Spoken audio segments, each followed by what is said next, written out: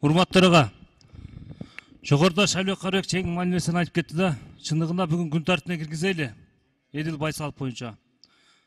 Киргизип ушул жерден карабасак болбойт. Экинчиден, мына Жеңиш Ермашев дагы мен коллегам жакшы маселени көтөрдү. Бул мэрия бир талкалай турган эле ишкана болуп калды. Шекеден эле талкалап келди, мына оңдоп түзөйүн деген эч бир мына ою жок да. Мэрдин өзү эмес, ушу вице-мэрлердин кылгандары, жүрүш турушун баары эле пиар болуп калды. Шаарды карасаңар, шаар ар жери сасып жатат. Тазалабайбы?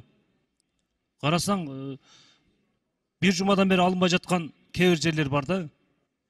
Шаардын ичинде, если ошону тазалашты билбесе, адамдар менен иштешип, кандай иштегенди үйрөнө албаса, билбесе, Оштун тазалыгы менен сүйлөсүн, Оштун тазалыгын алып келип турайлы болсом Алтайга.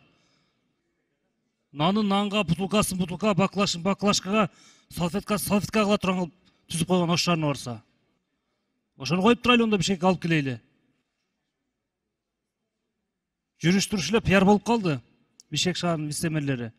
Мен Жеңиш Ермашевке толук кошулам, ошондуктан протокол тапшырма берип койсоңуз. Рахмат.